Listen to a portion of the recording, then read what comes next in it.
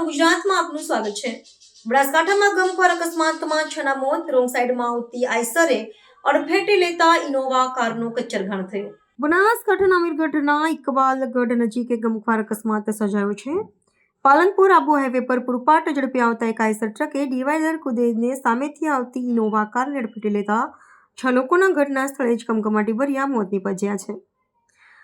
अन्य 3 ઈજાગ્રસ્તોને સારવાર માટે હોસ્પિટલમાં ખસેડાયા છે। આ ઘટનાની માહિતી મળતા જ અમીરગઢ પોલીસ ઘટના સ્થળે પહોંચી ગઈ છે અને મૃતકોના મૃતદેહને પોસ્ટમોર્ટમ માટે ખસેડાયા છે। પ્રાથમિક માહિતી અનુસાર રોંગ સાઈડ આવતો આઈસર ટ્રક ગાડી ઉપર ચડી જતો અકસ્માત સર્જાયો છે।